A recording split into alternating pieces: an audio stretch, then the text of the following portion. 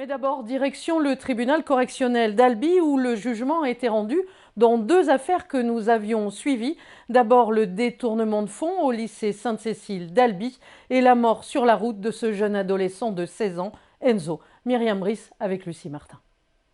Cet après-midi, au tribunal d'Albi, il y a d'abord eu les larmes d'un père, sorti précipitamment de cette salle à l'annonce du jugement. Le conducteur qui a tué son fils, Enzo, il y a 13 mois en percutant sa moto, a été reconnu coupable d'homicide involontaire et condamné à 8 mois de prison avec sursis, 6 mois de retrait de permis et 300 € d'amende. Une somme dérisoire aux yeux de ce père. La sécurité routière, ils peuvent vous faire des spots publicitaires pour la délinquance routière et tout. Je veux dire, mais c'est pas en ayant des condamnations comme ça qu'on arrivera à baisser le taux de mortalité sur les routes. Malheureusement, quoi. Malheureusement, quoi. Voilà. Moi, ce que je retiens, c'est que la vie de mon fils, aujourd'hui, elle vaut 300 €. Voilà, je retiendrai ça.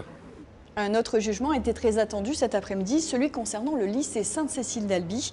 L'ancienne directrice, son mari responsable de l'internat et l'ex-intendante ont été reconnus coupables d'abus de confiance. Ils ont été condamnés respectivement à 2 ans de prison avec sursis, 12 et 18 mois avec sursis. Le tribunal leur demande également des dommages et intérêts en faveur de l'organisme de gestion de l'établissement, en tout plus de 700 000 €. Nous sommes à environ 700 000 € cumulés de dommages et intérêts. Je rappelle que c'est sur une période de 2 ans.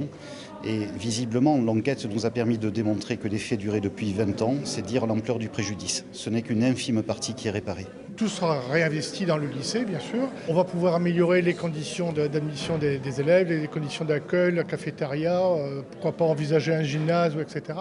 Dans une affaire comme dans l'autre, les personnes condamnées étaient absentes. Elles ont 10 jours pour faire appel.